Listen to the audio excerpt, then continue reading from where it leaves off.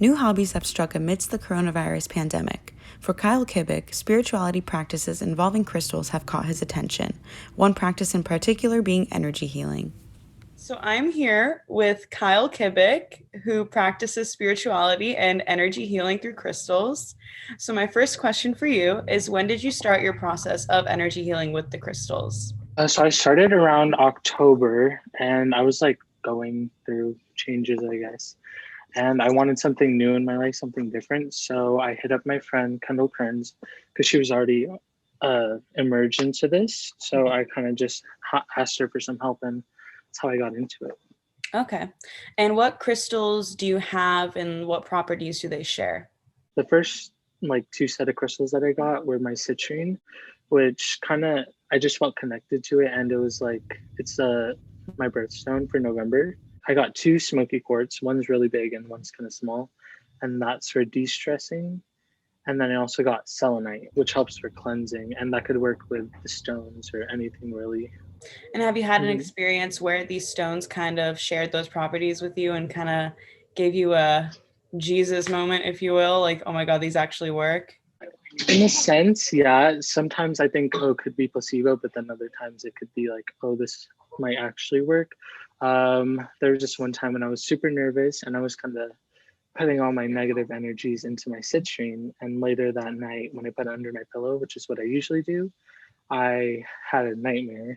Overall, I feel like it's kind of half placebo, but also half like spiritual, and it has helped me in some sort of way, if that makes sense. Has it improved your energy in a sense, like the energy that the crystals are supposed to give off?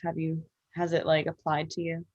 I think so because like around this time last year, I wasn't like doing any of this. Hmm. So like, and I felt like I was kind of in a different place than I am currently. Okay. And Yeah. so what's like your normal routine with these crystals? Usually I kind of lay them all out and it's like, and I kind of pick one and I close my eyes. Hmm. I just feel like it's natural that way. And I kind of like hold on to it, manifest with it, and just like put it in my pocket for the rest of the day. And I usually put it under my pillow later that night. Okay. All right. Yeah, and then sometimes I use it when I do some tarot readings as Okay. well. So it's kind Mhm. of, it helps with your spirituality process. Definitely. So would you recommend this form of energy healing to anyone? Yes and no. I feel like it really depends on the person. Mhm. Someone, because a lot of people are obviously open or closed minded. But I think if it's something that you're curious about, it's something you should check out. And if it's not for you, then that's okay. But if it is, I say go for it, and it might help you in any sort of way, really.